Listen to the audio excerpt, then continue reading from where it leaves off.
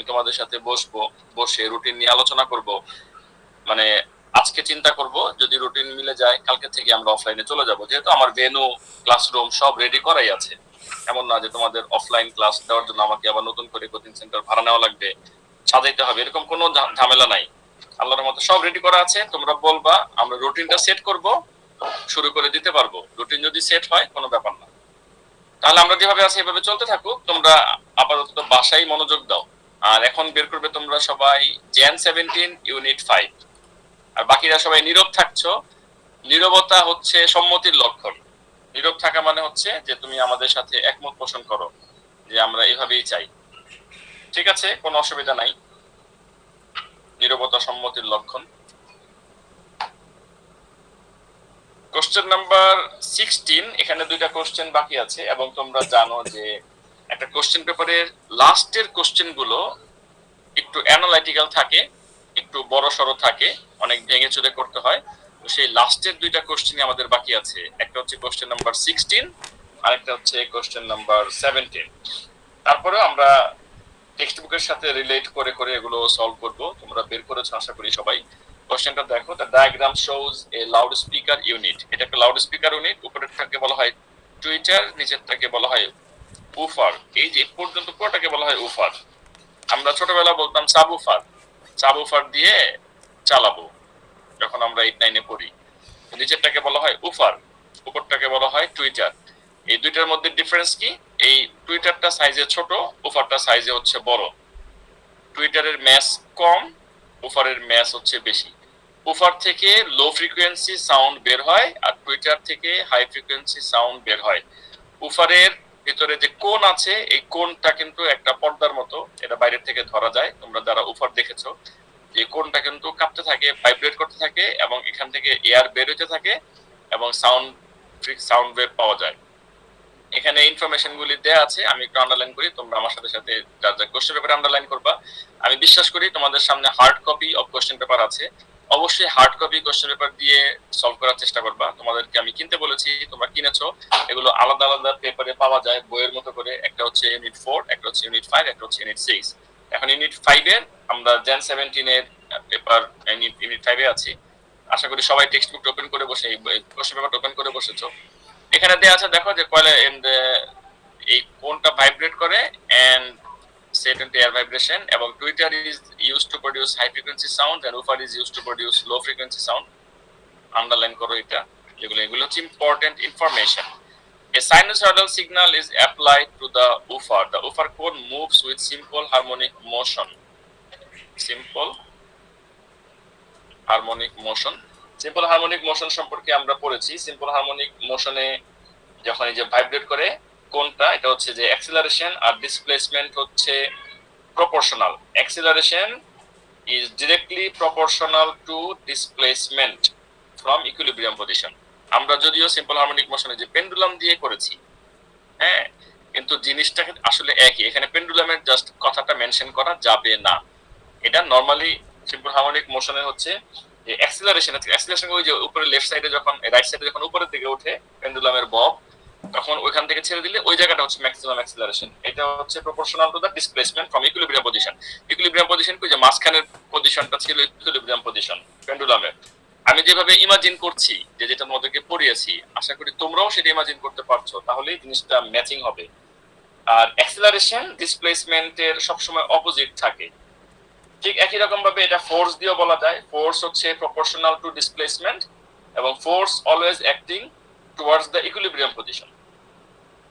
এবং যেটা বলতে পারো যে ফোর্স হচ্ছে restoring force, it opposes the ডিরেকশনকে অপোজ করে। রিস্টোরিং ফোর্স ইকুইলিব্রিয়ামের দিকে নিয়ে যেতে চায়। ইকুইলিব্রিয়ামের দিকে নিয়ে যেতে চায় বলেই তো আমরা যখন ছেড়ে দেই একটা দোলনাকে, পিছনের দিকে নিয়ে আমরা যখন ছেড়ে দেই, দোলনাটা অটোমেটিক্যালি সামনের দিকে যায়। কেন যায়? কারণ আমরা যখন টেনে ধরেছি তখনই ইট অলরেডি গেইন দ্য ফোর্স। এখন এই ফোর্সটাকে সে নিচের দিকে নিয়ে যেতে চাইবে, ইকুইলিব্রিয়াম পজিশনের দিকে নিয়ে যেতে চাইবে। এখানে আমরা সিম্পল হারমোনিক মোশন পেলাম, ডিসকাসও করলাম। It emits a sound of frequency হচ্ছে 100 হার্টজ। এটার নিচে আমি এফ লিখে দিব, হিয়ার ইজ এফ। এবং the centre of the cone moves with an amplitude of 2.5 millimetre. এখানে দেয়া আছে এ। আমরা এই প্যারামিটার গুলো ডেটাগুলো আমাদের কাজে লাগবে। State the conditions for an object to move with simple harmonic motion. যেটা বললাম যে সিম্পল হারমোনিক কন্ডিশন বা ডেফিনেশন যেটাই বলো যে এটা acceleration is directly proportional displacement from equilibrium position, আর হচ্ছে acceleration always opposite direction to the displacement. অথবা ফোর্স দিয়ে এটা আমরা লিখতে পারি। আমরা যেটা লিখবো যে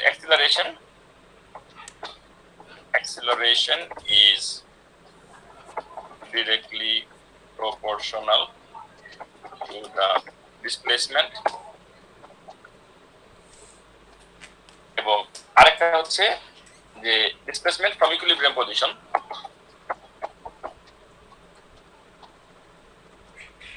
এবং আরেকটা ইম্পর্টেন্ট ইনফরমেশন হচ্ছে যে acceleration always opposite direction to the displacement। acceleration হচ্ছে opposite to the displacement. Displacement হচ্ছে যে মনে করো এদিক থেকে উপরের দিকে হয় ডিসপ্লেসমেন্ট, আর acceleration হচ্ছে নিচের দিকে। acceleration is opposite to the direction of displacement। এগুলি আমি মনে করি যে তোমাদের এগুলো বেসিক কোশ্চেন, একেবারে এগুলো রেগুলার আসবে এই জাতীয় কোশ্চেন। এই কোশ্চেনটা তুমি আবার রিপিট পেতে পারো বিভিন্ন সময়। এটা মেমোরাইজ করে রাখবা। মেমোরাইজ করার এটা এগুলো মেমোরাইজ না করে এগুলো চিন্তা ভাবনা করে সাজিয়ে গুছিয়ে লিখতে পারবা না, এত সুন্দর ল্যাঙ্গুয়েজ আসবে না। এগুলো মেমোরাইজ করে ফেলবা। Calculate the maximum. বলো স্যার, নো এক্সটার্নাল ইনফ্লুয়েন্স এটাও লেখা যাবে না নাকি? নো এক্সটার্নাল ইনফ্লুয়েন্স এখানে লেখা তুমি লিখতে পারো, কিন্তু লেখার দরকার পড়ে না, ঠিক আছে? কারণ এটা হচ্ছে মেইন যে কনসেপ্টটা, সেটা হচ্ছে অ্যাক্সিলারেশন আর ডিসপ্লেসমেন্ট, অথবা ফোর্স এবং ডিসপ্লেসমেন্ট, এবং কিসের সাপেক্ষে? ইকুইলিব্রিয়াম পজিশনের সাপেক্ষে। এখানে ওই যে এক্সটার্নাল ইনফ্লুয়েন্স যেটা, যে সিম্পল হারমোনিক মোশন যেটা অটোমেটিক্যালি চলতে থাকবে, এটার একটা ওই যে ন্যাচারাল ফ্রিকোয়েন্সি, হ্যাঁ, এক্সটার্নাল একটা ইনফ্লুয়েন্স দিয়ে ন্যাচারাল ফ্রিকোয়েন্সিকে ধরে রাখা, ওইদিকে নিচ্ছি না, ওইদিকে নেওয়ার দরকারই পড়ে না। তুমি লিখতে পারো, লেখলে কিন্তু কোনো মার্ক নাই। কথা বুঝছো? জি স্যার। হ্যাঁ, ওটা হচ্ছে তুমি যেটা বলছো, এটা হচ্ছে যে বাকি স্টুডেন্টসরা হয়তো বুঝতে পারতেছো। ও যে কথাটা জিজ্ঞেস করছে, দেখা গেছে যে এটা হয় কি, যে মনে করো সিম্পল হারমোনিক মোশন, মনে করো ফর এক্সাম্পল তোমাদের মধ্যে কেউ একজন পড়েছো, আজকে রিডিং করেছো, এমনি যেটা রিডিং করি, স্যারের ক্লাস আছে, এটার মধ্যে থেকে কোশ্চেন আছে মনে হয়, রিডিং করলাম। দেখা যায় যে রিডিং করছে আজকে সেই বুঝতে পারতেছে আমার কথাগুলো, আর যে রিডিং পড়ে নাই, যার অনেকদিন আগে পড়া, সে কিন্তু ইনফরমেশন গুলো ভুলে গেছো। আরে স্যার কি বলতেছে এগুলি। এই একটা স্টুডেন্ট কোশ্চেন করলো কি যে এক্সটার্নাল ইনফ্লুয়েন্স, এটাই মানে কি? এক্সটার্নাল ইনফ্লুয়েন্সের মানে হচ্ছে যে একটা দোলনা যখন দোলে, একটা দোলনা যখন দোল খায়, তখন পিছন থেকে একজন ধাক্কা দেয়, এটাকে বলা হয় এক্সটার্নাল ইনফ্লুয়েন্স। তোমরা কোনো কিছু নিয়ে ভয় পাইও না, বুঝছো? এখানে সবগুলি জিনিস সোজা, খালি দরকার হচ্ছে তোমাদের রেগুলার পড়া। রেগুলার পড়লে যে কেউ যে কোনো টপিক বুঝবা। এই যে এক্সটার্নাল ইনফ্লুয়েন্স নিয়ে সাদিম যে কোশ্চেনটা করলো, এই এক্সটার্নাল ইনফ্লুয়েন্স মানে হচ্ছে যে একটা দোলনা চিন্তা করো, একটা দোলনা যখন দোলে পিছন থেকে একজন ধাক্কা দেয়, তো পিছন থেকে ধাক্কা দেয় বলি দোলনাটা যেভাবে দুলতে থাকে কনস্ট্যান্ট একই রকম ভাবে দুলতে থাকে। এই যে একই রকম ভাবে দোলা, একই ফ্রিকোয়েন্সিতে থাকা, ঠিক আছে, এটাকে বলা হয় ন্যাচারাল ফ্রিকোয়েন্সি। এই ন্যাচারাল ফ্রিকোয়েন্সিটা একটা অত্যন্ত ইম্পর্টেন্ট টপিক, যে ন্যাচারাল ফ্রিকোয়েন্সিতে যখন থাকবে তখন এটাকে বলা হয় রেজোনেন্স। কি বলা হয়? রেজোনেন্স। যখন ন্যাচারাল ফ্রিকোয়েন্সি থাকবে, এবং ন্যাচারাল ফ্রিকোয়েন্সিতে যদি থাকে, রেজোনেন্সের মধ্যে যদি থাকে, তখন এটা ম্যাক্সিমাম এনার্জি ট্রান্সফার হয়। কি ট্রান্সফার হয়? ম্যাক্সিমাম এনার্জি ট্রান্সফার হয়। এখন এই কথাগুলো যে স্যার এগুলি কি বলতেছেন, এগুলি তো বুঝতেছি না, এটার জন্য তোমাদের যে টেক্সট বইটা পড়া লাগবে। এগুলি পড়াই আসছি, তোমাদের পড়াইছি, এই জন্য তো আমি আবার এই লাইনগুলো টেক্সট বুক থেকে সরাসরি বলছি। যেটাকে বলা হয় ন্যাচারাল ফ্রিকোয়েন্সিতে ম্যাক্সিমাম এনার্জি ট্রান্সফার হয়, এবং এটা রেজোনেন্সের মধ্যে থাকা, রেজোনেন্স ফ্রিকোয়েন্সিও বলা হয়। এবং এটা কিভাবে কমে? এটা ধীরে ধীরে কমে যায়। ন্যাচারাল ফ্রিকোয়েন্সিটা এনার্জি ডিসিপেট হয় ফ্রিকশনের মাধ্যমে, ফ্রিকশনাল ফোর্স এটাকে ধীরে ধীরে ধীরে ধীরে এটাকে কমিয়ে দেয়। এবং এই যে কমিয়ে দেয়, এটার যে দোলনা, একটা দোলনা তুমি ছেড়ে দাও, দোলনা ছেড়ে এটা ধীরে ধীরে কি হয়? থেমে যায়। এই যে থেমে যাওয়াটা, ধীরে ধীরে থেমে যাওয়া, এটাকে বলা হয় ড্যাম্পিং। ড্যাম্পিং, এই শব্দগুলো মনে আছে নাকি? ড্যাম্পিং। এবং এনার্জি লস্ট হয়, এনার্জি ধীরে ধীরে কমতে থাকে, প্রত্যেকবার প্রত্যেকটা অসিলেশনে এনার্জি ডিক্রিজেস, রিডিউসেস, এবং অ্যামপ্লিটিউডটা কমে আসে। তাহলে আমরা এই যে সিম্পল হারমোনিক মোশনে কত কিছু ডিসকাস করলাম। একটা বললাম, আমি একটা লিখে দিয়েছি, অ্যাক্সিলারেশন ডিসপ্লেসমেন্ট ইকুইলিব্রিয়াম পজিশন দিয়ে লেখা যায়, অথবা force proportional to displacement from equilibrium position দিয়ে লেখা যায়। আবার ফোর্স দিয়ে যদি লেখো, যে ফোর্স অলওয়েজ ইন্ডিকেট করে টুয়ার্ডস ইকুইলিব্রিয়াম পজিশন।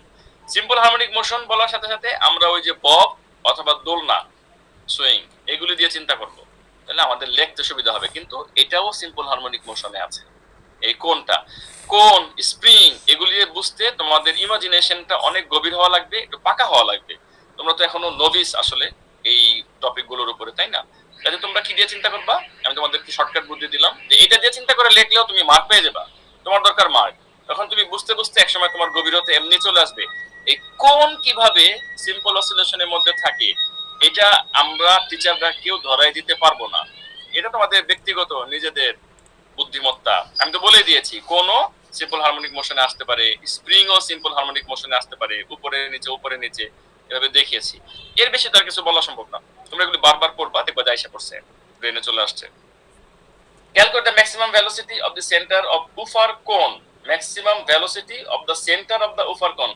শুনলে মনে হয় কি জানি কি, যে উফার কোন কি নড়াচড়া করে নাকি এক জায়গা থেকে আরেক জায়গায়, এটা সামনে পিছনে মুভ করে। যে সামনে পিছনে যে মুভ করে, এটার একটা ভেলোসিটি আছে। এই ভেলোসিটির জন্য আমাদের কোন equation, velocity formula v = u + at, তারপরে ভেলোসিটি = ডিসটেন্স বাই টাইম, এসব ফর্মুলা আমরা জানি। কিন্তু এখানে এগুলো অ্যাপ্লাই করা চলবে না, আমাদেরকে চলে যেতে হবে simple harmonic মোশনের page number 156।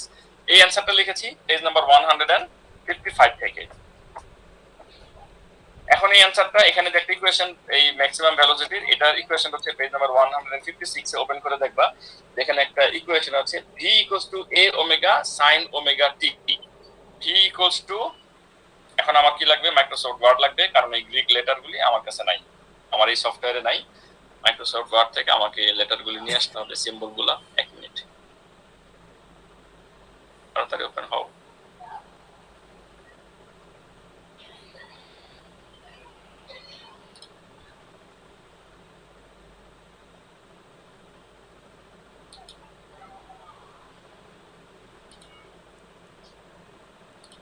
Omega লাগবে, আমার লাগবে পাই, আর কিছু লাগবে না আপাতত। আমি এখানে যে ফর্মুলা দেখাবো, এটা হচ্ছে v = a ওমেগা ব্র্যাকেটে sin ওমেগা t। গেল কই? এই হচ্ছে আমাদের ফর্মুলা, এটা হচ্ছে ফর্মুলা। এবং এখানে দেখো যে v = a ওমেগা, এর ভ্যালুটা এই যেখানে দেয়া আছে 2.5 মাল্টিপ্লাই 10⁻³ মিলিমিটার, 10⁻³ মিলিমিটার দিয়ে মাল্টিপ্লাই করলে মিটারে আসবে।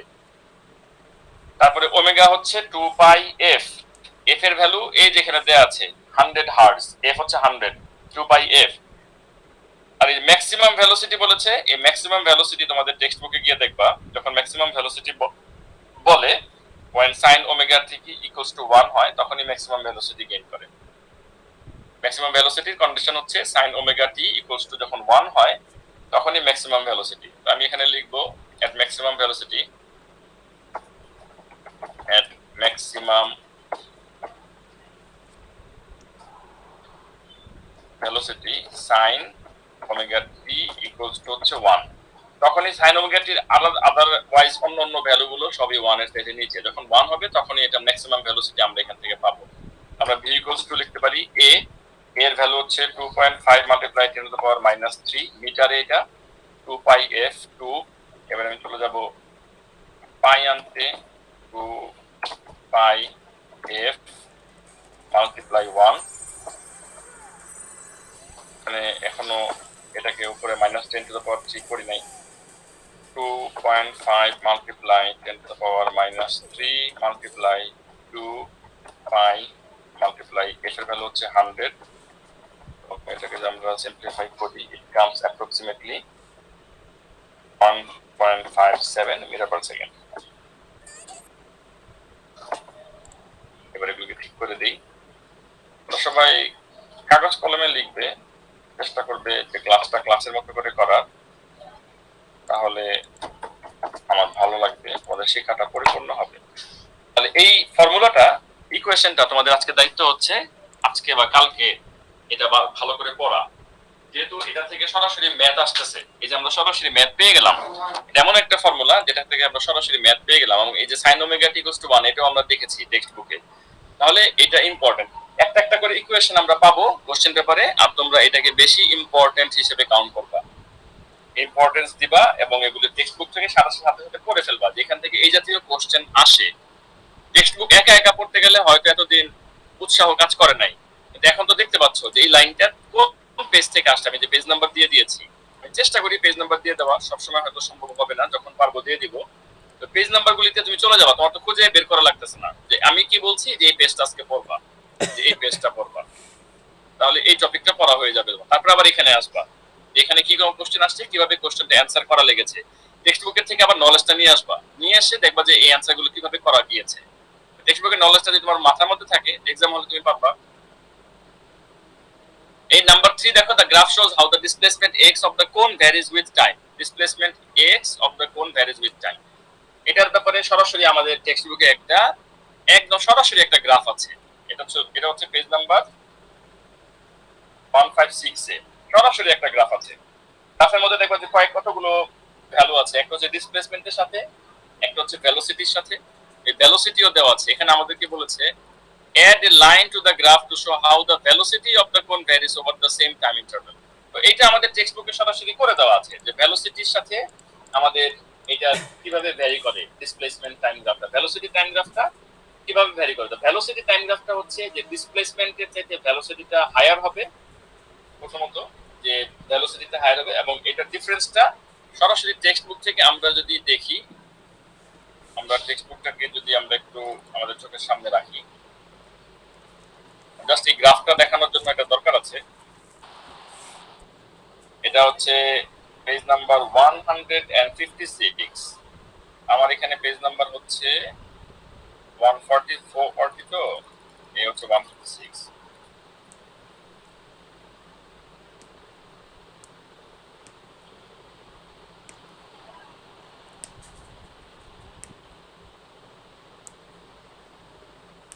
এই যে গ্রাফ চলে আসছে, দেখো এই যে গ্রাফ চলে আসছে, এই হচ্ছে ডিসপ্লেসমেন্ট। দেখো এখানে ডিসপ্লেসমেন্টটা 0 থেকে, এখান থেকে আমাদের এখান থেকে শুরু হয়েছে, আর ভেলোসিটি এখান থেকে শুরু হয়েছে। আমি এটাকে মিলাবো কিভাবে, এটা যদি আমাদের পুরোটা মাথার মধ্যে থাকে, তাহলে আমি এই যে এখান থেকে শুরু করব। দেখো ডিসপ্লেসমেন্টটা, এই যে ডিসপ্লেসমেন্টটা এই যে এখান থেকে শুরু হয়েছে, আমাদের কোশ্চেন পেপারে কিন্তু ডিসপ্লেসমেন্ট এই যে এখান থেকে শুরু হয়েছে। আমি ডিসপ্লেসমেন্টে এই অংশ থেকে নিব। এই অবস্থায় ভেলোসিটি কোথায় আছে, এই অবস্থায় ভেলোসিটি এইখানে আছে। ডিসপ্লেসমেন্ট এবং ভেলোসিটির এই চেঞ্জ হওয়ার কারণ কি, এই যে ইকুয়েশনের কারণে। এগুলিও ক্লাসে বলেছি যে v equals to minus a omega sine omega t হয়। সাইন ওমেগা টি, সাইন আর কস এর মধ্যে পার্থক্য হচ্ছে 90 ডিগ্রি অ্যাঙ্গেলের পার্থক্য। কথা বুঝছো? ওই যে কস 90 plus theta equals to sine theta, তোমাদের মনে আছে, তোমরা ম্যাথে করেছো, যার কারণে 90 ডিগ্রি পার্থক্য। তো এটা যেখান থেকে শুরু হয়, এটা এখান থেকে শুরু হবে, আর কোনো পার্থক্য নাই। তাহলে এই অংশটার জন্য, এই অংশটা আমাদের কোশ্চেন, এই অংশটা আমাদের কোশ্চেন, এই অংশটার জন্য এটা হবে আমাদের ড্রয়িং, এটা হবে আমাদের ড্রয়িং। আর অ্যাক্সিলারেশন দেখো, অ্যাক্সিলারেশনের ইকুয়েশনটা দেখো, minus a omega 2 cos omega t, এই যে এইটা। তো অ্যাক্সিলারেশনটা মনে রাখবে, অন্য কোনো সময় অ্যাক্সিলারেশনও চেয়ে বসতে পারে। কাজে এই গ্রাফে মেমোরাইজ করতে বলেছিলাম। এই যে উপর থেকে নিয়ে এখান থেকে এইভাবে ড্র করব, ঠিক আছে? জাস্ট সিমিলার অ্যামপ্লিটিউড দিব, ভেলোসিটি গ্রাফ হলো। তো ড্র করি, চলো। আমার জন্য মাউস দিয়ে ড্র করা ডিফিকাল্ট, চেষ্টা করি।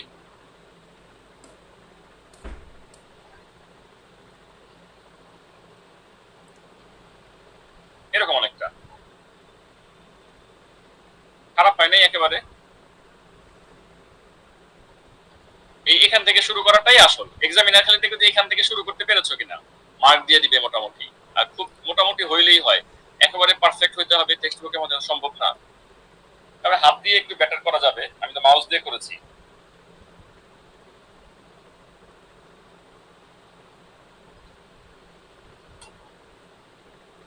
তারপরে কোশ্চেন,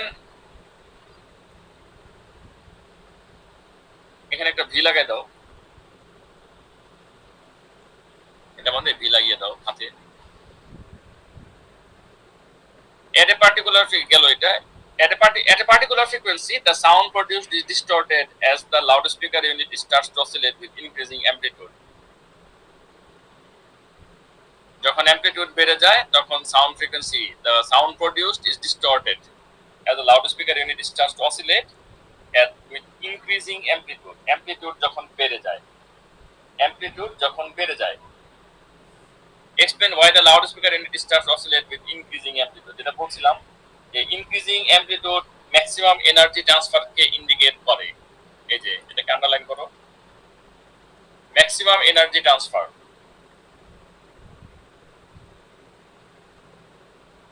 ম্যাক্সিমাম এনার্জি ট্রান্সফার কখন হয়?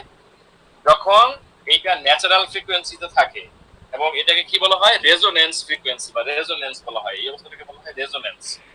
যখন এটা ন্যাচারাল ফ্রিকোয়েন্সি থাকবে, কখন? ওই যে এক্সটার্নাল ইনফ্লুয়েন্সের কথা সাদিম বললো, সেই এক্সটার্নাল ইনফ্লুয়েন্স যখন দেওয়া হয় তখন এটা ন্যাচারাল ফ্রিকোয়েন্সিতে থাকে, একটা ফোর্সের কারণে অসিলেশনটা ন্যাচারাল ফ্রিকোয়েন্সিতে চলে যায়, এবং তখন ম্যাক্সিমাম এনার্জি ট্রান্সফার হয়, এবং এই অবস্থাটাকে বলা হয় রেজোনেন্স।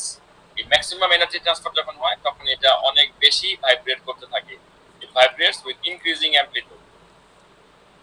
আমরা এইভাবে লিখবো যে ম্যাক্সিমাম এনার্জি ট্রান্সফারস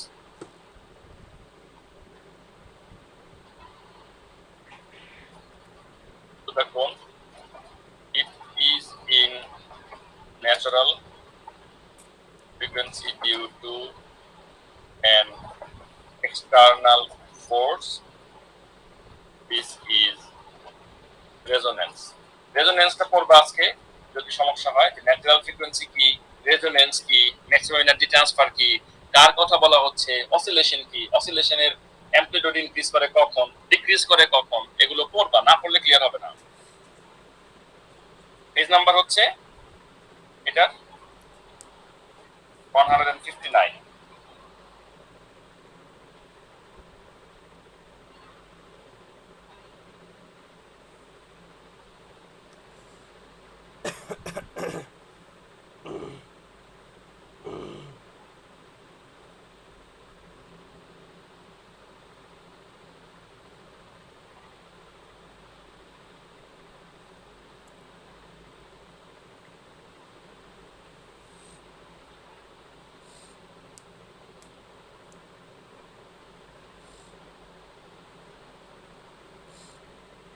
তারপরে explain how the effect describe may be reduce. এটা কিভাবে কমানো যেতে পারে? এটা এনার্জিটা ধীরে ধীরে কমে আসবে ফ্রিকশনের কারণে, সিস্টেমের ন্যাচারাল ফ্রিকোয়েন্সি থেকে এটা সরে আসবে, এবং এটাকে বলা হয় ড্যাম্পিং, এবং ড্যাম্পিং এর কারণে এনার্জি লস্ট হবে প্রত্যেকটা অসিলেশনে, এবং অ্যামপ্লিটিউড ধীরে ধীরে রিডিউস হবে টাইমের সাথে, can be reduced over time. আমাদেরকে বলেছে এই যে রিডিউসড, এটা কিভাবে রিডিউসড হবে? It can be reduces over time because of energy dissipating or damping. আমরা এইভাবে লিখবো, টেক্সট বুক থেকে লিখছি, দেখো সরাসরি টেক্সট বুক থেকে লিখছি, if a system is in SHM at its natural frequency, its energy may be dissipated through frictional force acting on the system. This is damping and energy lost in heat oscillation and reduces the amplitude over time.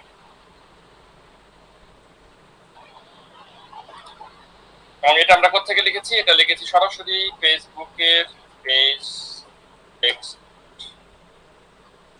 Book number 160 থেকে লিখেছি সরাসরি। 160 গেলে এই লাইনটা পেয়ে যাবে তোমরা, যে how the effect describe may be reduced. Effect মানে হচ্ছে এখানে অ্যামপ্লিটিউড, এটা আমাদেরকে বুঝতে হবে যে ইফেক্ট মানে কি। ইফেক্ট মানে হচ্ছে অ্যামপ্লিটিউড, অ্যামপ্লিটিউডের কথা বলা হচ্ছে এর আগে।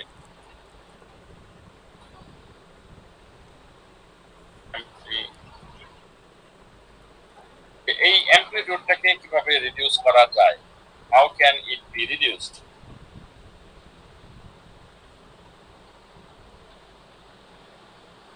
এটাকে যদি তোমরা শর্টকাটে লেখো যে energy dissipated through frictional force, তোমরা যদি এভাবে শর্টকাটে লেখো, টেক্সট বুকের এই লাইনটা না লিখে তোমরা যদি এভাবে লেখো energy dissipated due to frictional force অথবা ফোর্স, এতটুকু লিখলা। It is damping and energy lost and reduces the amplitude over time. এর শর্টকাটে লিখলেও হবে, আমি সরাসরি টেক্সট বুকের ল্যাঙ্গুয়েজটা দেখিয়েছি যে টেক্সট বুকে কিভাবে লেখা আছে। টেক্সট বুক পড়ে গেলে তুমি কিভাবে অ্যান্সার করতে পারবা।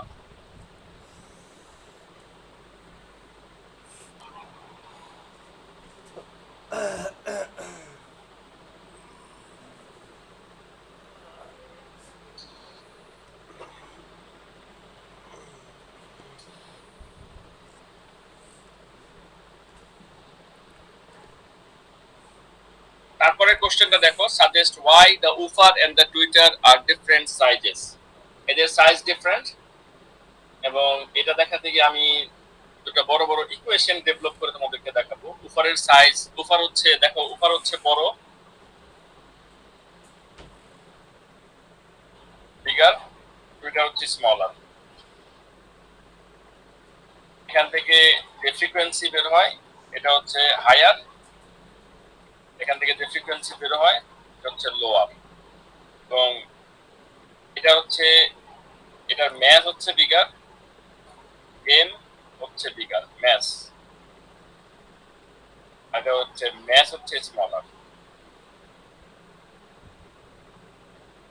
এখন দেখো যে আমরা এটা কিভাবে এটাকে সাজাতে পারি। আমাদের দুইটা ইকুয়েশন আমি তোমাদেরকে একটু দেখাতে চাই। একটা ইকুয়েশন হচ্ছে F equals to minus k a cos omega T,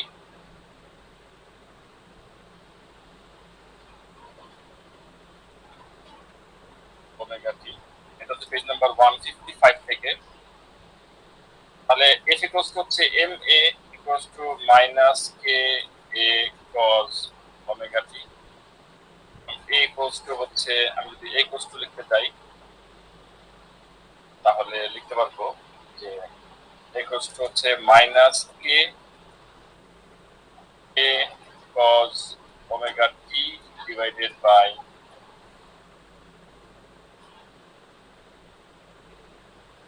M. এখানে হবে আসলে এ ইকুয়ালস টু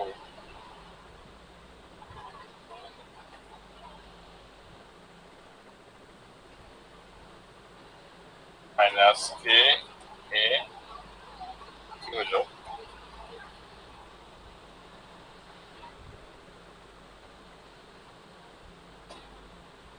মাইনাস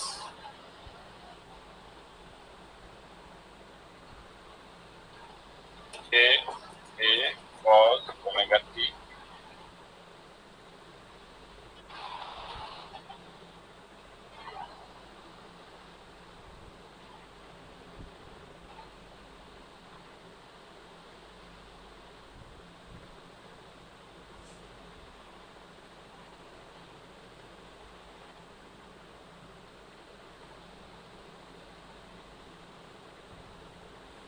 এই অবস্থা যদি হয় তাহলে এখানে দেখো যে এম যখন কমে, এই এম যখন কমে অ্যাক্সিলারেশন তখন বাড়ে। এই যে m decreases and a increases, acceleration তখন বেড়ে যায়।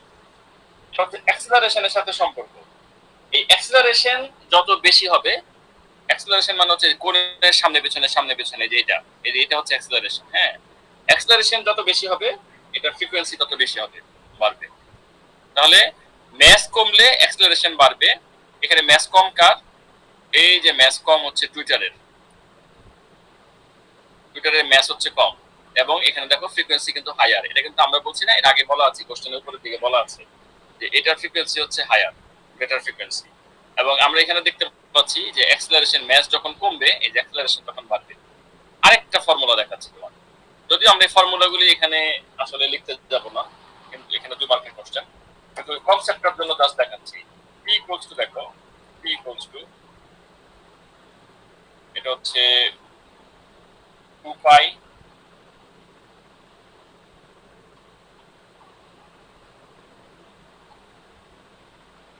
2 পাই, এটা হচ্ছে m by K.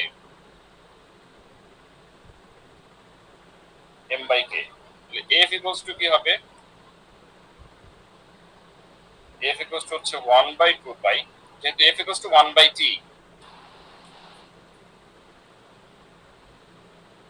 1 by 2 pi k by M.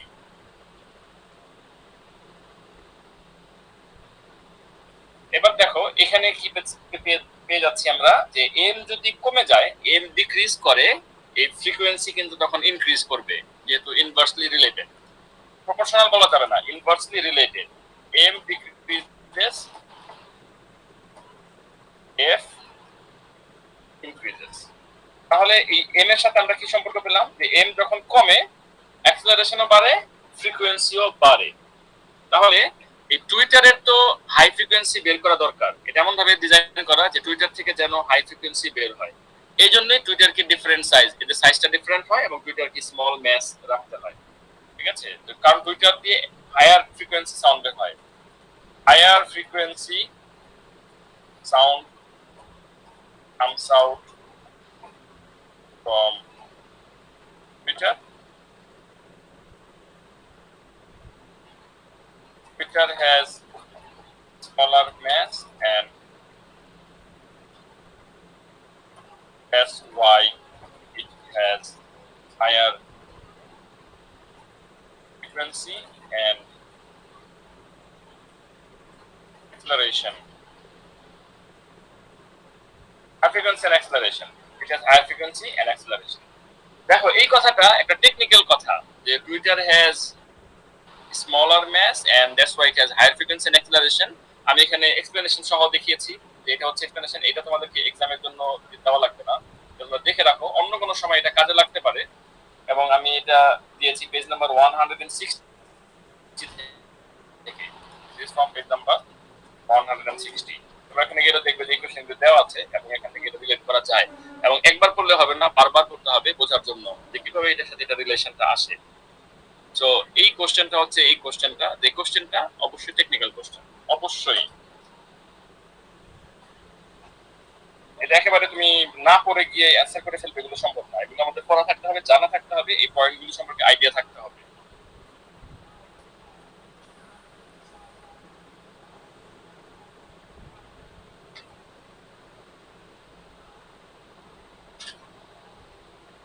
তারপর আমরা করব কোশ্চেন নাম্বার 17, লাস্ট কোশ্চেন এই কোশ্চেন পেপারে। এই হচ্ছে question number 17। In the early 20th century, light from the stars in distant clusters of galaxies and deduced that these clusters of galaxies are receding. Receding মানে হচ্ছে going further away. Explain how Hubble was able to deduce that the distant clusters of galaxies are receding. এটা কিভাবে দেখাতে পারে? এটা দেখাতে পারে redshift দিয়ে, the amount of redshift, amount of redshift ধীরে ধীরে বেড়ে যাচ্ছে। অ্যামাউন্ট অফ রেডশিফটের যে ফর্মুলা, এটা হচ্ছে পেজ নাম্বার 193 তে। আমাদেরকে যদি একটু দেখাই,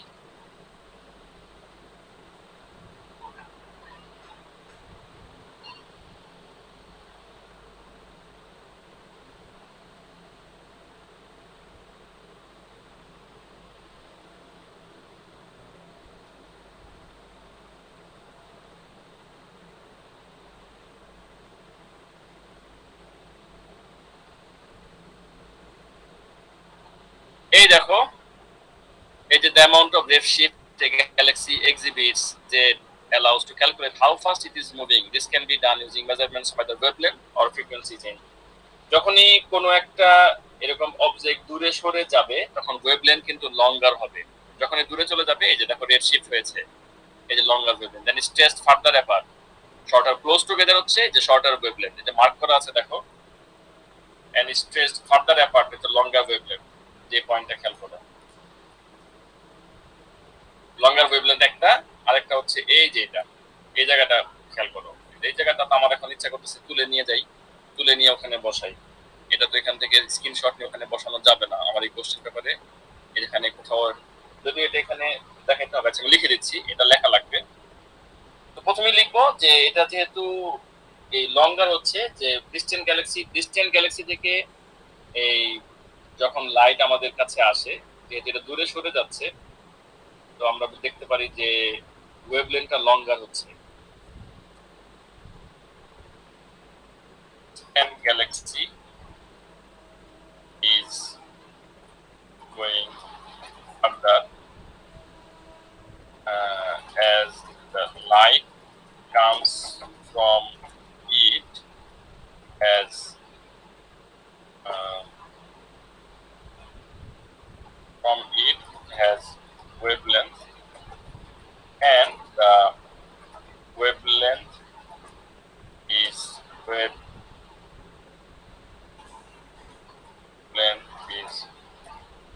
becoming longer. এটা হচ্ছে একটা পয়েন্ট। ডিস্টেন্ট গ্যালাক্সি হচ্ছে আমাদের এখান থেকে ফার্দার চলে যাচ্ছে এবং এটা থেকে যে লাইট আসতেছে আমাদের কাছে সেই লাইটের ওয়েভলেন্থ ধীরে ধীরে লঙ্গার হচ্ছে। এখন আমরা এই যে যেটা রেডশিফট তোমাদেরকে দেখালাম সেটা রেডশিফটটা দেখাবো যে using the amount of redshift a galaxy exhibits যে we can calculate how fast it is moving, এটা বলা যায়, অথবা সরাসরি যে using the amount of redshift we can show this. এরকম হতে পারে যে এটার জন্য আমাদের লাগবে ডেল্টা ল্যামডা, ডেল্টা লাগবে, ল্যামডা লাগবে,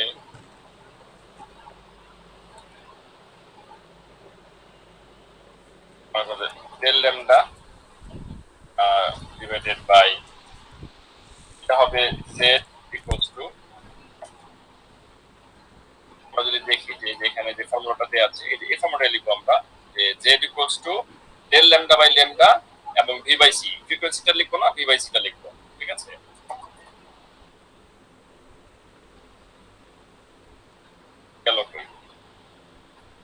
তো এটা জেড হবে স্মলার লেটার জেড এবং del lambda divided by lambda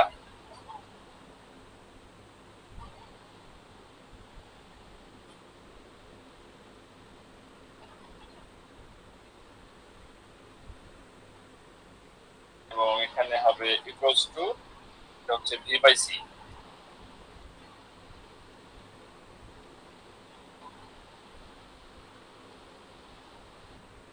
problem হচ্ছে সফটওয়্যারে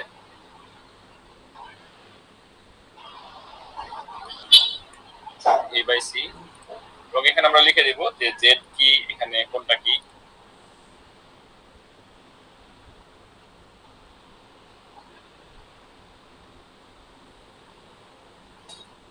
জেড ইজ redshift, আমি লিখে নামবো, ঠিক আছে। lambda is difference in wavelength,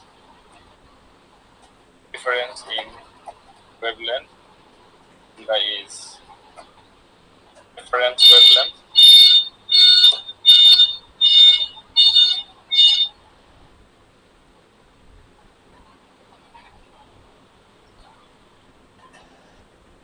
এবং এই হচ্ছে speed of galaxy, c is speed of light,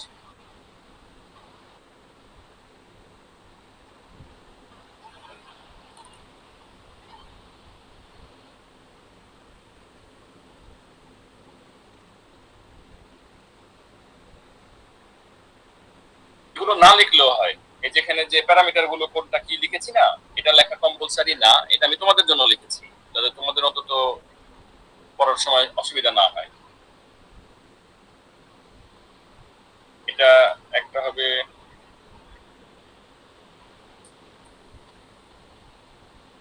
শুধু ল্যামডা। তো এখানে দেখো এই যে যখন দূরে চলে যাবে তখন ওয়েভলেন্থ লঙ্গার হবে, তখন ওয়েভলেন্থের মধ্যে এই যে ডিফারেন্সটা কিন্তু বাড়বে, আর এই ডিফারেন্সটা যখন বাড়বে তখন এই জেড এর ভ্যালুটা কিন্তু বাড়বে। আবার ভি এবং সি দিয়ে যদি চিন্তা করো, যত দূরে যেতে থাকবে এটার ভেলোসিটি তত বাড়বে, স্পিড অফ গ্যালাক্সি তত বাড়বে, ঠিক আছে। এবং যত এটার স্পিড অফ গ্যালাক্সি বাড়বে, সি তো কনস্ট্যান্ট স্পিড অফ লাইট, তখন এই জেড এর ভ্যালু বড় হবে, আর এই জেড এর ভ্যালু বড় হওয়া মানে হচ্ছে রেড শিফট বেড়ে যাওয়া, রেড শিফট বেশি হওয়া, জেড হচ্ছে রেড শিফট। তো আমরা এটা দিয়েও দেখাতে পারি। আমাদের কোশ্চেনটা কি আমরা আরেকবার রিপিট করি, how Hubble was able to deduce that the distance cluster galaxies are receding. এই কনসেপ্ট গুলো কাজে লাগিয়েই সে বুঝেছে এবং এটা লেখা আছে আমাদের টেক্সট বুকে পেজ নাম্বার 193 তে।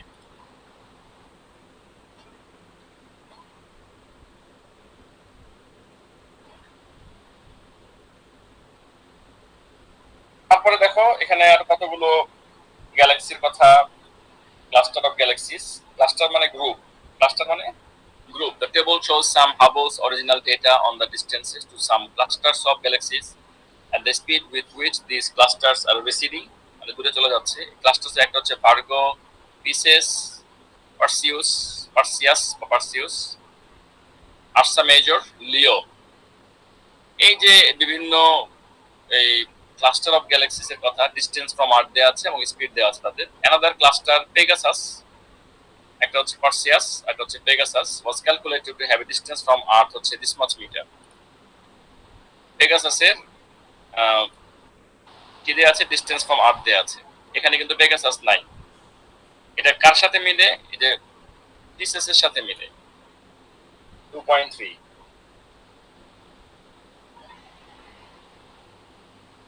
to be receding with the speed of 39 multiplied 10 to the power 5. এখানে হচ্ছে 39 আর এখানে হচ্ছে 47। এর সাথেও কিন্তু মাল্টিপ্লাই 10 to the power 5 আছে। এখানে 39 মাল্টিপ্লাই 10 to the power 5 আর এটা হচ্ছে 47 মাল্টিপ্লাই 10 to the power 5। এটা অনেক ছোট না 39। Comment on this values in relation to the data provided on the table. আমাদেরকে এই দুইটার মধ্যে কমেন্ট করতে হবে। একটা হচ্ছে এই পেগাসাস আর একটা হচ্ছে এই পিসেস। বাকিগুলি কোনো দরকার নাই, কারণ এই দুইটা পয়েন্ট হচ্ছে কাছাকাছি। এই 2.3 আর এই যে 2.2, এই দুইটা হচ্ছে কাছাকাছি। এজন্য আমাদের এই দুইটার মধ্যে পয়েন্ট বের করতে হবে, রিলেশন টানতে হবে যে এইটার মধ্যে কাছাকাছি আছে, এটার মধ্যে কাছাকাছি নাই। লিখলে 2 মার্ক পেয়ে যাব। কিন্তু এই সবগুলির সাথে যদি কম্পেয়ার করতে চাও, দেখো তোমার স্পেস নাই, এখানে মার্ক হচ্ছে মাত্র 2 এবং তোমাকে বুঝতে হবে যে এখানে কোনটার সাথে কম্পেয়ার করতে হবে। এখন তুমি যদি মনে করো যে তুমি যে কোশ্চেনটা বুঝতে পারবে না, সেভাবে কি সবগুলির সাথে কম্পেয়ার করা করতে থাকবে, তাতে কিন্তু অনেক স্পেস নাই।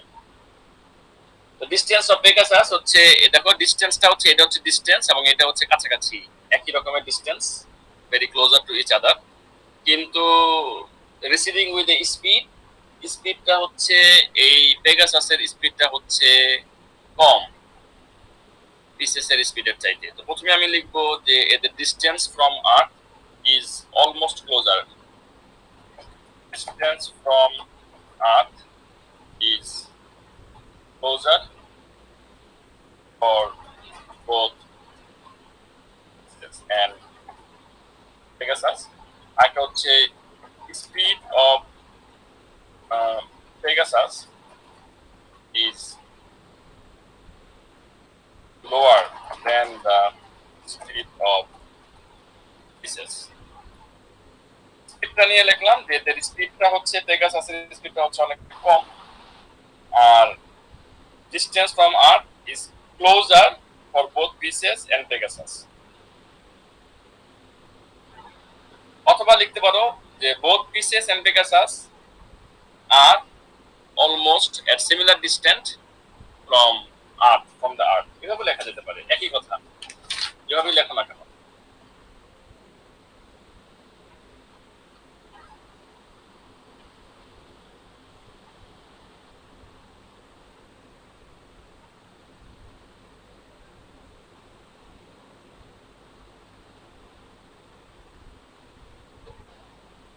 এরপরে কোশ্চেনে চলে যাচ্ছি। দেখো, the cluster Pegasus is too far away from the earth for parallax. Parallax মেথডের কথা তোমাদের মনে আছে, geometry, trigonometric parallax. Trigonometric parallax চলে আসছে এখানে। To be used to determine is distance from the earth. Trigonometric প্যারালাক্সটা কি ছিল? এটা ছিল যে tan theta equals to r by d।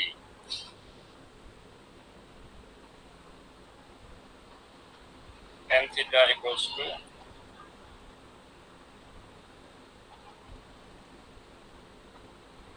r by d, এরকমই ছিল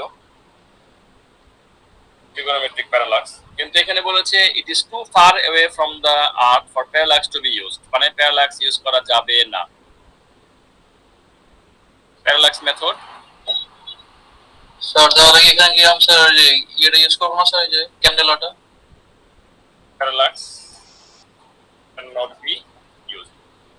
দেখো এখন trigonometric parallax যদি ইউজ করা না যায়, তাহলে আর বাকি থাকলো কি, explain how the distance Pegasus could be determined. তাহলে আমাদের টেক্সট বুকে আমাদের ফিরতে হবে how the distance can be determined. Trigonometric parallax ছাড়া আমাদেরকে আরেকটা ছিল, সেটা হচ্ছে এই স্ট্যান্ডার্ড ক্যান্ডেল ব্যবহার করে।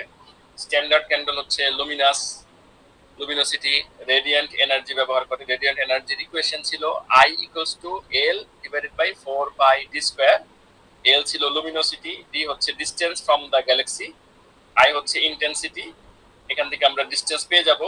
যদি এরকম একটা অবস্থায় আমাদের কাছে একটা ফিগার থাকে ফর লুমিনোসিটি, এবং যেখানে আমরা energy intensity of different galaxies reaching the earth আমরা বের করতে পারি, তখন আমরা যদি এল বের করতে পারি, আই বের করতে পারি, তখন আমরা এই ফিগারটা, ওই যে স্ট্যান্ডার্ড ক্যান্ডেলের যে ফিগারটা, then we can calculate how far away by comparing the standard candle with the same luminosity. আমাদের এই যে মেথড, আমরা আরেকটা মেথড আমরা করেছি, সেই মেথডটাকে এখানে প্লেস করে দেওয়া লাগবে।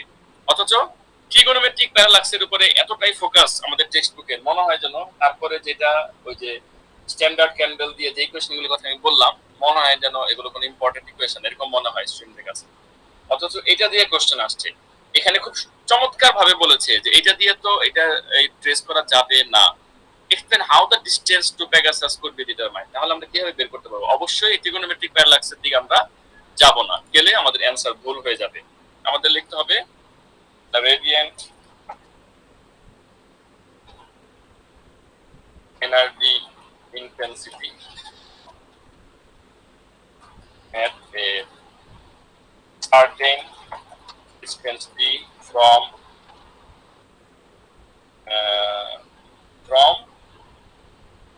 cluster Pegasus, from the cluster Pegasus is equals to, এটা লিখবো আমরা উপরে হচ্ছে, আচ্ছা এখানে আই লিখতে আমি ভুল করে ফেলেছি, এখানে I equals to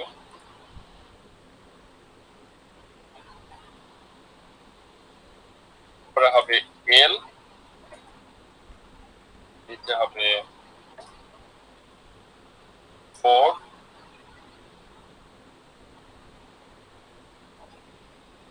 pi square.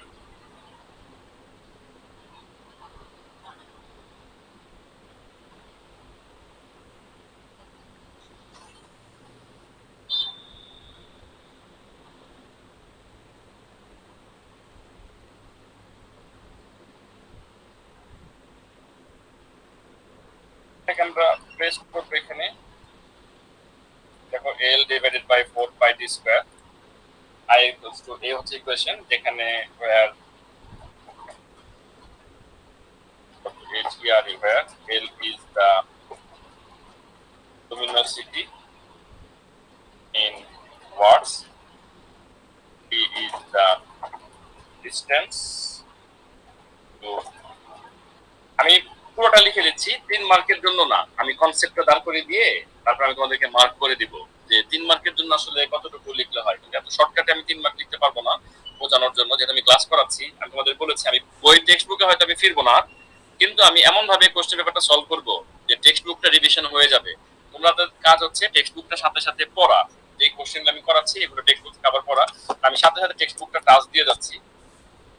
So d is the distance to the Pegasus and I is the intensity. I is the intensity in watt per meter square. We get b equals to, আমরা তখন পেয়ে যাই, এখান থেকে আমরা d পেয়ে যাব। আচ্ছা সফটওয়্যারটা একটু প্রবলেম করছে, এজন্য আমি মাউস দিয়ে লিখি l divided by 4 pi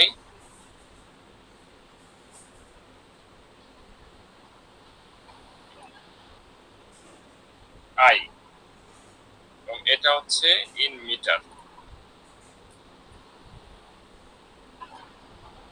in metre. আমরা এখানে লিখতে পারি if we have a figure for the luminosity and measure the energy intensity, intensity মানে হচ্ছে ব্রাইটনেস, এটা একেবারে টেক্সট বুক থেকে লিখছি আমি, brightness of the Pegasus, just নামটা খালি চেঞ্জ করে দিলাম, Pegasus reaching the earth. We can then calculate how far away it is by comparing it with a standard candle with the same luminosity. একই লুমিনোসিটির standard candle method ব্যবহার করে আমরা এটা দেখাতে পারি, এবং এটা আমি তোমাদেরকে দেখাচ্ছি যে এটা হচ্ছে পেজ নাম্বার 190 তে। দেখো এ হচ্ছে 190, আমি অ্যানসারটা তোলার সময় দিব। এ হচ্ছে 190, এ হচ্ছে স্ট্যান্ডার্ড ক্যান্ডেল। হ্যাঁ, a light source appears dimmer with increasing distance. Standard candle বলা হয় কাকে? এটা কাছে, এটা হচ্ছে ব্রাইটার, এটা একটু দূরে, এটা হচ্ছে আরেকটু লেস ব্রাইটার, এটা আরো লেস ব্রাইটার, এটা আরো লেস ব্রাইটার। সো এই ডায়াগ্রাম এবং এই কনসেপ্টটাকে বলা হয় স্ট্যান্ডার্ড ক্যান্ডেল। এবং এখানে দেখো যে এই যে এখানে দেখো এই যে ইকুয়েশনগুলো আমি করেছি, the measurements of energy intensity, calculated power per unit area, etc. So the inverse square law is applied. তো এখান থেকে আমরা পেয়ে যাই যে I equals to L by 4 pi d square. Normally P ছিল পাওয়ার, তো P এর জায়গায় লুমিনোসিটি L দিয়ে এক্সপ্রেস করা হয়, L by 4 pi d square. এবং এখানে দেখো যে এখানে যে ইম্পর্টেন্ট কথাটা এই ম্যাথের নিচে, some stars including some variable stars and supernova have properties which mean their luminosity can be determined quite separately from other measurements. These are known as standard candles. If we have a figure for the luminosity and measure the energy intensity brightness of the, just এই লাইনটি আমি এখান থেকে নিয়েছি। দেখো এই কথাগুলো আমি এখান থেকে নিয়েছি, কথাগুলো এত ইম্পর্টেন্ট কথা যে if we have figure, আমরা আর কি আমাদের কোশ্চেনটা ছিল explain how the distance to Pegasus could be determined। যেহেতু এর আগের হচ্ছে ট্রিগোনোমেট্রিক, এই যে এর আগের টপিকটাই হচ্ছে ট্রিগোনোমেট্রিক প্যারালাক্স। এই ট্রিগোনোমেট্রিক প্যারালাক্স যেখানে ইউজ করা যাবে না সেখানেই এটা ব্যবহার করা যাবে। এখানে পরিষ্কারভাবে বলা আছে যে এটা ব্যবহার করা যাবে। if we have a figure for luminosity, এটা আমাদের এমন একটা ফিগার থাকে luminosity, luminosity মানে ফিগার মানে কি, আমাদের L এর ভ্যালু দেওয়া থাকবে, এই যে আমরা যে D বের করব, এই যে D যে বের করব আমরা, যে L এর ভ্যালু দেওয়া থাকবে, I এর ভ্যালু দেওয়া থাকবে। এটার মানে হচ্ছে যে if we have a figure for the luminosity and measure the energy intensity brightness, যদি এটাও দেওয়া থাকে তোমরা সহজ করে লিখতে পারো if we know the luminosity, if we know the energy intensity reaching the earth, we can calculate how far away it is by comparing। এত কিছু না, এত কিছু লেখার আসলে দরকার নাই, যে by comparing it with the standard candle with the same luminosity, এত কিছু না লিখে if we know this এই কোয়েশ্চেনটা লিখে দিয়ে দিলে তোমরা মার্ক পেয়ে যাবা। আমি পুরো প্যারাগ্রাফটা দিলাম যাতে তোমাদের পড়ার মধ্যে থাকে। এই পুরো প্যারাগ্রাফ আমি টেক্সট বুক থেকে কপি করেছি, এটা জাস্ট টেক্সট বুক থেকে কপি। কতটা সিম্পলি আমি বলছি খেয়াল করো, টেক্সট বুক থেকে কপি, যাতে তোমাদের কনফিডেন্সটা বাড়ে যে টেক্সট বুক থেকে সরাসরি লিখে লিখে আমরা অ্যানসার শিখছি। তাহলে এখান থেকে আমাদের এই যে how to calculate the distance, এই ইকুয়েশনটা জানতে হবে, প্যারামিটারগুলি জানতে হবে। আমরা যদি এল জানি, আই জানি, উই ক্যান গেট ডি। এটা লিখলেই কিন্তু এই 3 মার্কস পেয়ে যাব। এবং স্ট্যান্ডার্ড ক্যান্ডেল এখানে ইম্পর্টেন্ট যে ফ্রেজগুলোর মধ্যে একটা ফ্রেজ হচ্ছে এই যে স্ট্যান্ডার্ড ক্যান্ডেল, এটা মেনশন করা, এবং এই প্রত্যেকটা প্যারামিটারের নাম মেনশন করা এবং স্ট্যান্ডার্ড ক্যান্ডেলের কথাটা মেনশন করা। তাহলেই কিন্তু তুমি এখানে 3 মার্কস পেয়ে যাবে। এটার জন্য 1 মার্ক, প্যারামিটারগুলোর নাম বলার জন্য 1 মার্ক, এবং স্ট্যান্ডার্ড ক্যান্ডেল মেথড ব্যবহার করেছি এটা বলার জন্য তুমি 1 মার্ক পেয়ে যাবে। কাজেই আমি এত বড় করে দেখালাম, তাতে কিন্তু কোনো সমস্যা হচ্ছে না। তুমি কিন্তু 3 মার্কসে ঠিক আমি তোমার বলে দিলাম যে আসলে কোন 3 মার্কস কিভাবে লিখলে পরে তুমি পেয়ে যাবে। আর যদি কেউ এই সুন্দর করে সাজিয়ে গুছিয়ে লেখো কোনো অসুবিধা নাই, মনে রাখো এভাবে সুন্দর করে সাজিয়ে গুছিয়ে লেখার জন্য তোমার সময় কম হবে না। তোমাদের এইসব এক্সাম বেশিরভাগ সময় শেষ হয়ে যাবে, দেখো যফরন্ত সময় হাতে।